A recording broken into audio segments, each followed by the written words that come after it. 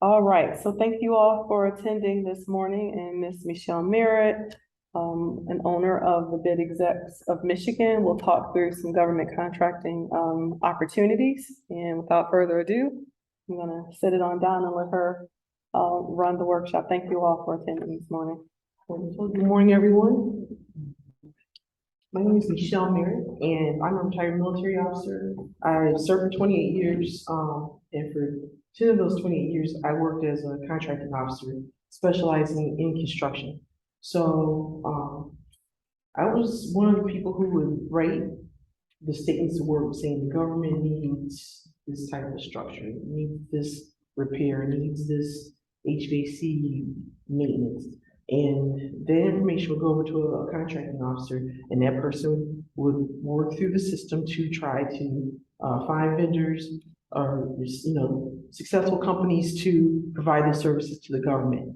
So I am here for you. I am here to help you build your business because it's a known way to increase your businesses by getting government contracts. So if you're trying to scale, if you're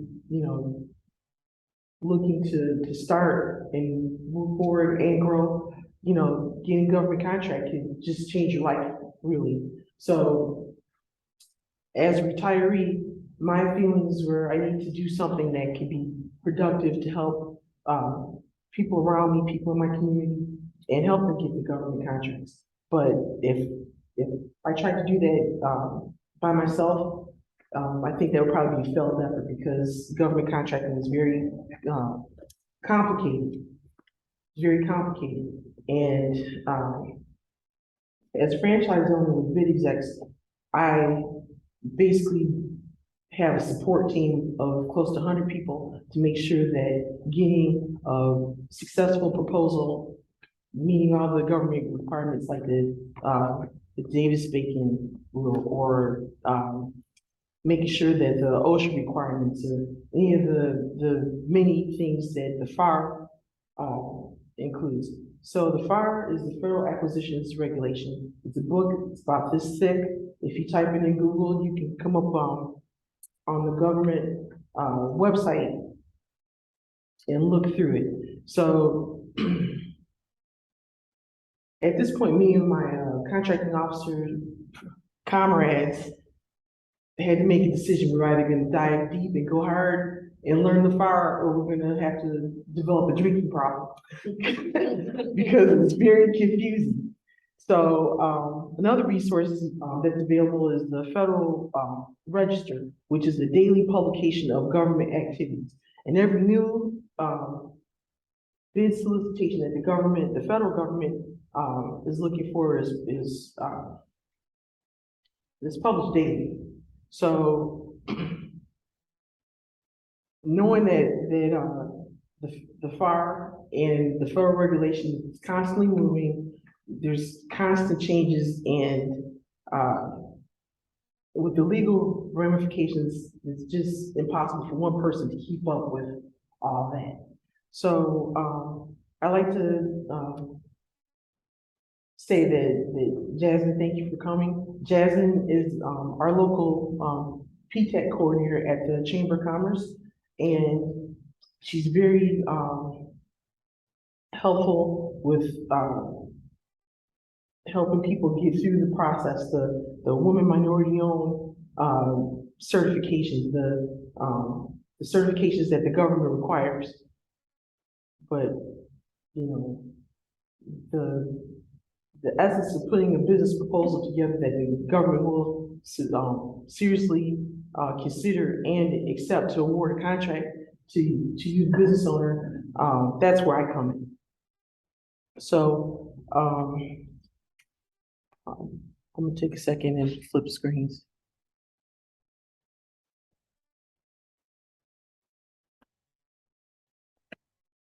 Which button?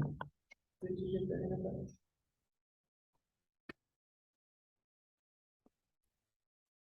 I hit the enter button and I hit the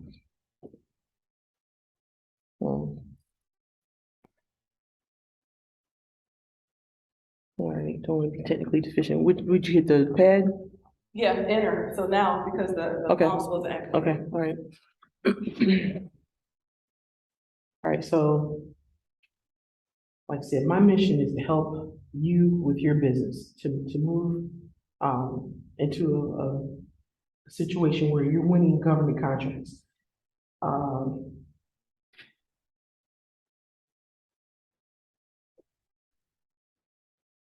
so once you have your information in the SAMs, which they're working on beta SAMs now. So there's some changes, but betasams.gov is where you're able to register. On the front of this sheet is like a checklist. Um, so betasam.gov, it lists the opportunities that are moved from the Federal Register into the beta SAM, so you can find the information. So if you misread the daily register, you know, if you want to be hot on the presses and know what's going on daily, that information will be on the Federal Register. But then that information is populated into betasam.gov. And with betasam.gov, you can go in there and put your NAICS code. And once your NAICS code is in there, you can get notified. You can click to get notifications direct to your email. So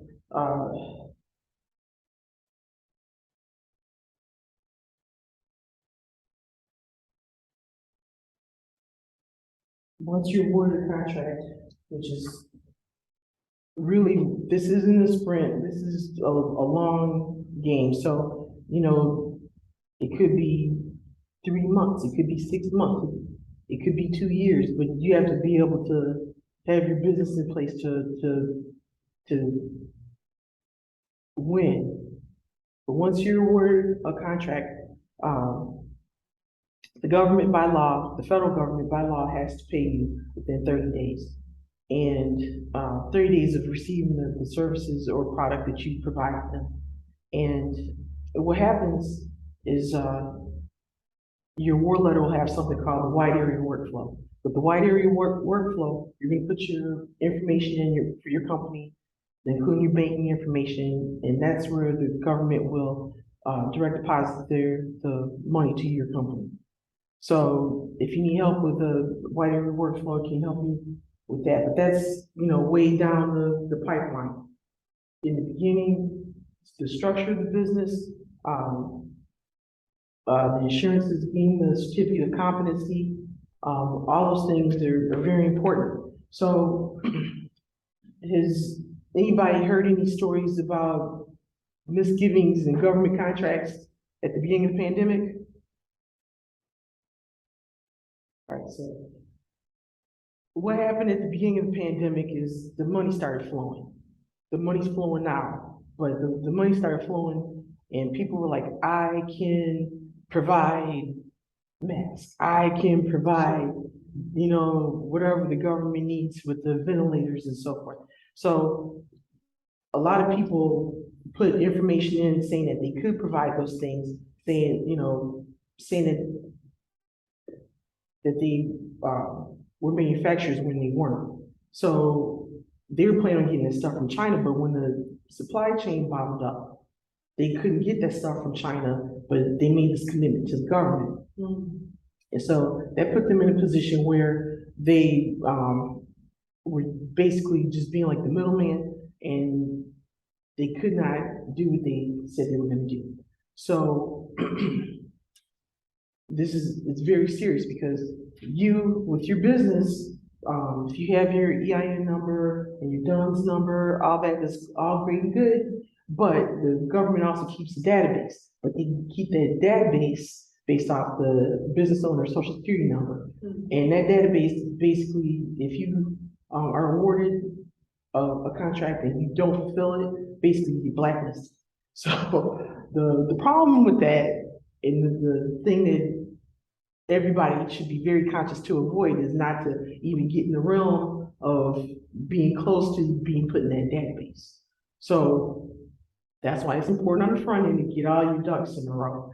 And, I asked the question if you knew anything about this, because, if you're out and about, this book is called Pandemic Inc. And basically, this guy wrote, a book, he's from the Washington Post, but basically, he wrote a book of all the people who were, headed towards that database about the things that they did. So if you want to really, figure out like what not to do, it's, should read, it's called Pandemic Inc. by, J. David McSwain. So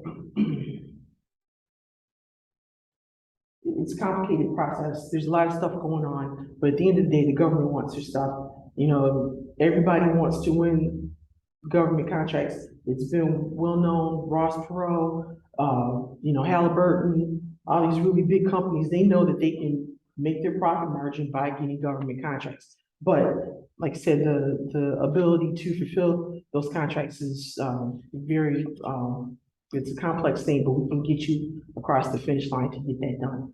So the other thing I wanted to mention is that I've been talking a lot about the federal level, because that's where I'm most familiar with, but we also do state and local government. We also do proposals for education and any proposal that you would see coming in your local area if you need help with that. So, Excuse me, Michelle, do you know when you'll do Q&A, do you want that to be interjected or do you want that to be in the presentation?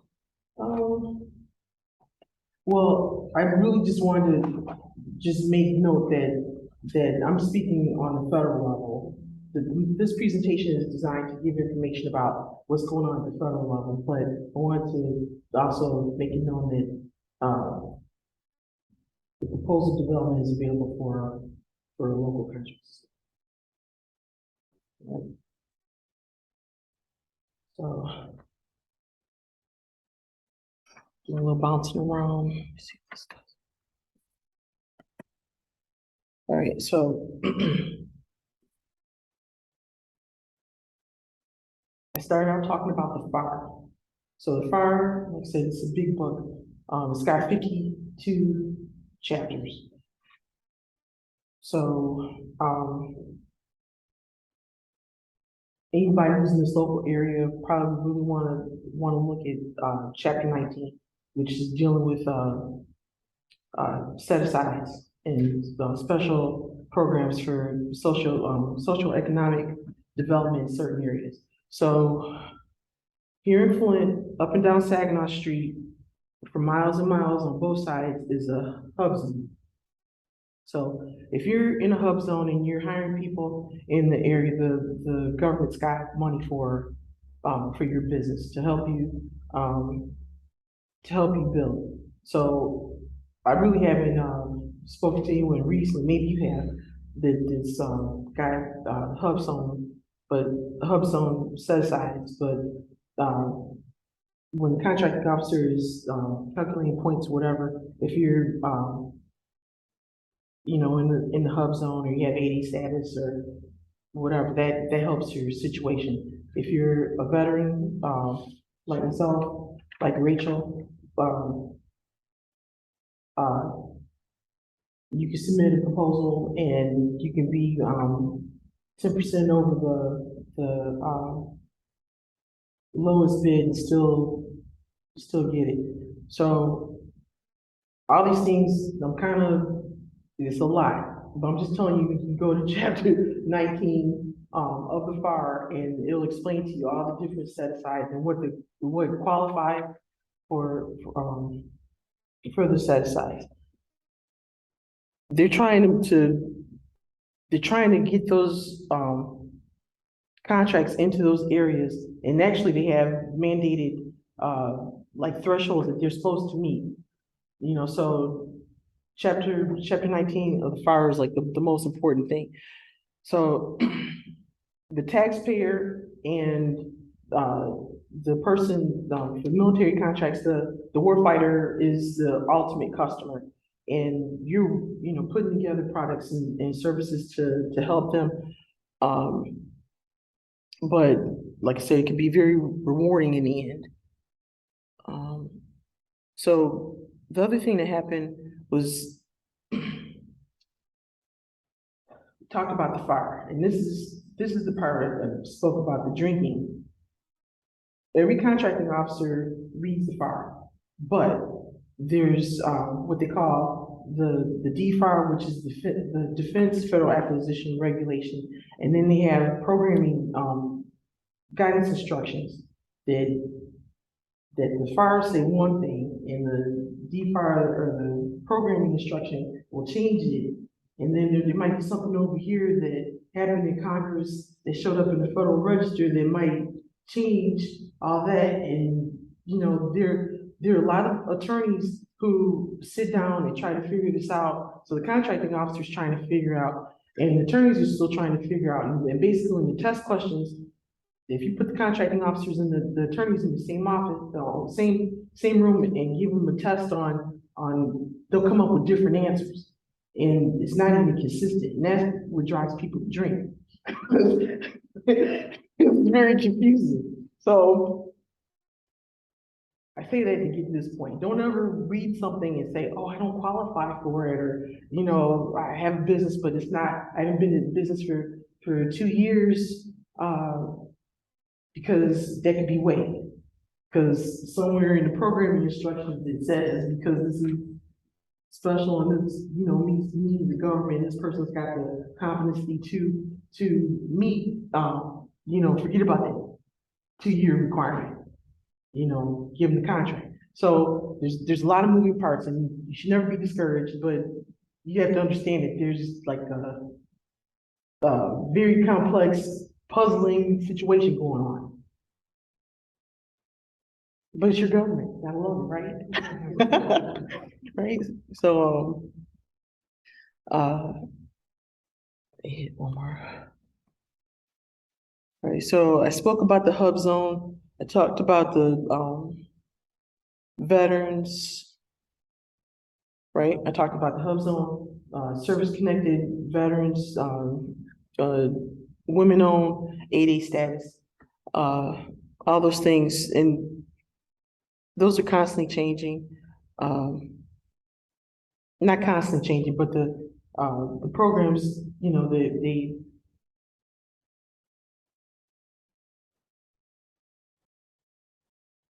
making room to include people. So that's what I mean, it's constantly changing. So the other thing I briefly spoke on is the certificate of competency. So you're like, hey, you know, I wanna supply body armor to the military, whatever. They're not just gonna give you the contract. They're gonna wanna come and see and investigate that you are able to meet the specs to be able to have capacity to meet the need. You know, if you are applying for a certain type of contract, and you're not able to fulfill it, you're not gonna just start out like, we're gonna trust this person. You know, body armor is one thing, you know, mask, something else. So getting the certificate of occupancy, you know, if you have a business idea, that falls into that realm, they're gonna wanna, come out and look. And we found out the Navy's got a contracting office in Detroit, found that out recently. But also the Army, is operating, the Detroit Arsenal is, you know, that's basically a contracting command that's very close. So, the other part of what I did in the military is, when I was in combat areas and stuff, that was writing statements of work, but peacetime, I worked for DCMA. So DCMA stands for Defense Contract Management Agency. So after the contract has been awarded, I was one of the people that went to the businesses and made sure that they were following the guidelines of the contract and fulfilling the quality and the timelines for what the contract stated. So DCMA, they have a conference every year. So, you know, the generals come along, everybody's gonna have a cup of coffee, you know, talk about, you know, hot issues. And one of their hot issues, and it's been one of their hot issues for like the last 15 years, is how so few federal dollars actually are spent in Genesee County.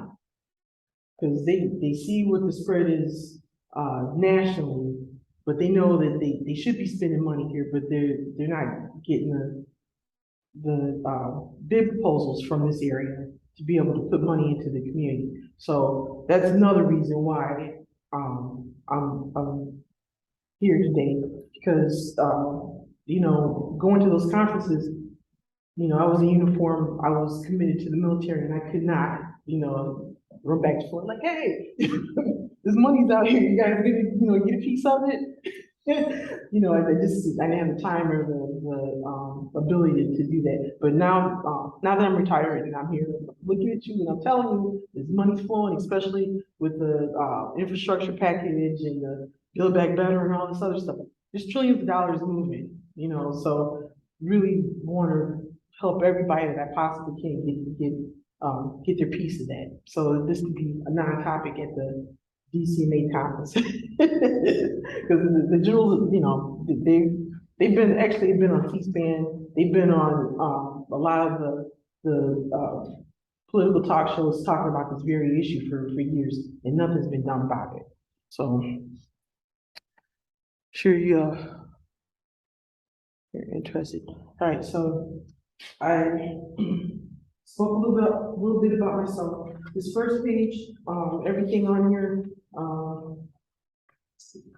the USA.gov can lead you to the digital form of the federal acquisition. We talked about data sales, talked about the Federal Register, the NAICS codes, and the wider workflow once you're awarded your contract. So if you open it up, this gives information about the franchise. So this is the process. Like I said, this isn't a short sprint. This is a, you know, distance runner situation. So, you know, learning the process, that's my job. You know, you need to take care of your business. You need to be able to handle the issues of your business.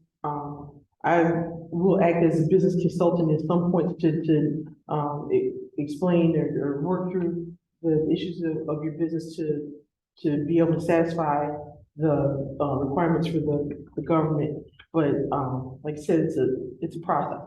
So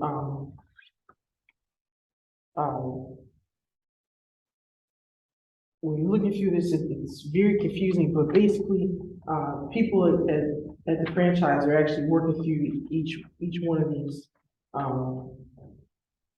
So there's the proposal writers, you know, there's people who have expertise in pricing. So there's people who have expertise in pricing. We also spoke about the Davis-Bacon law. So if you have a construction business, you can't just pay people what you want to pay them. You have to pay them what the government guideline says, because the Davis-Bacon rule. So the things that you might have in your mind, like, oh, this might be too high or whatever, but you know, people deserve a fair wage.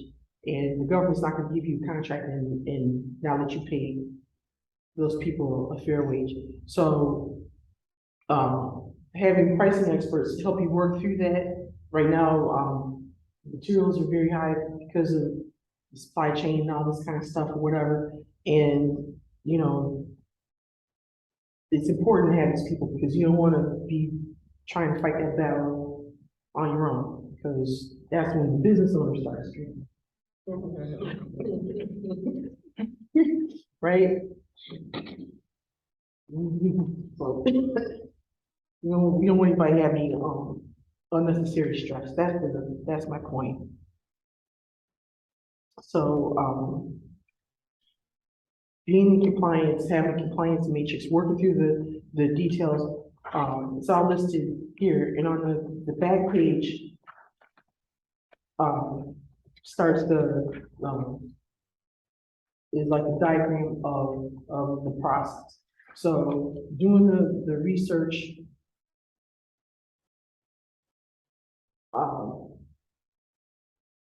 that's gotta be a joint thing.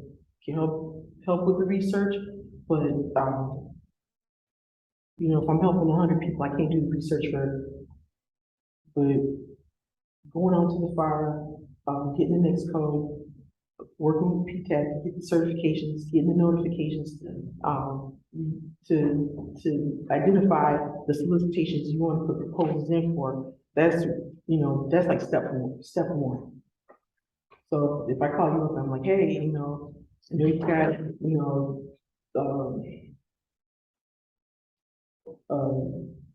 a business where you, make filters or something. You know, I saw this proposal, you know, this could make a difference. Do you want to work towards it? Then I will, you know, give you that option to, you know, or I'll send you an email, or whatever it takes to be able to, get that solicitation in, you know, in your wheelhouse to, you know, so you can, grow your business. So at that point, I'm gonna stop and, I'm gonna say hi, John. Hello.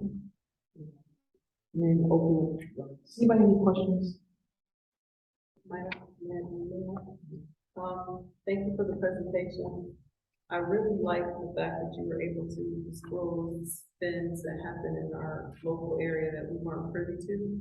Is that like a role that you would play, maybe for an assessment of our business, and then sort of like telling us what might be out there for either past performance or future opportunities? Sure. So I would be happy to do that, because like I said, my goal is to make sure that businesses in this area get more of those federal dollars. You know, they're gonna spend the money. So if it takes having a one-on-one, maybe doing a walkthrough, identifying, you know, what your company can offer, maybe there's something that you can offer to me never thought of, then you add to your, this, we can have that discussion, but my goal is to make sure that everybody's businesses are stronger and better and healthier, you know, a year from now, 2 years from now, 5 years from now, because, like I said, the money's gonna get spent. The question is, when do you spend it? At the beginning, I spoke about the contract closeout. And what happens with the contracting officers is their department, whoever they work for, they put in last year, the year before, 18 months ago for a budget. So for fiscal year 2022, if they haven't spent the money, when they go back for 23, they're gonna be like, hey, well, you didn't spend this money, so you don't need it next year. And so it's kind of like a self-feeding monster. And that's what come all the contracting officers right now, between now and September 30th, they're trying to spend all the money. But like, we spend all our money, so they'll get the same amount next year. And that's why, like, right now, like anything that flies up a form, like, you know, if it fulfills the need, they'll put money. Michelle, can I ask another question? So it sounds like budget management, so if they don't use it, they lose it, so to speak, right? That's exactly what happens. So if I'm a small business owner and I fret about doing government business, are you the trusted advisor who tells me, you know, go, no go, I'm ready, not ready? Is that a role that you can sort of assess by looking at how we operate? Yeah, absolutely. So doing the assessment, you know, I believe in being honest with people, you know, good, bad, or different, people just need to know where you stand.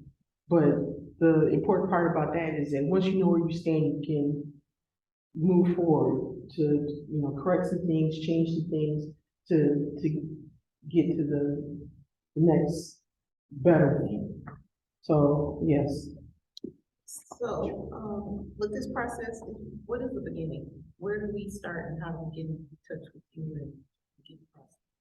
All right, so, my contact information is on the flyer, and basically, we have to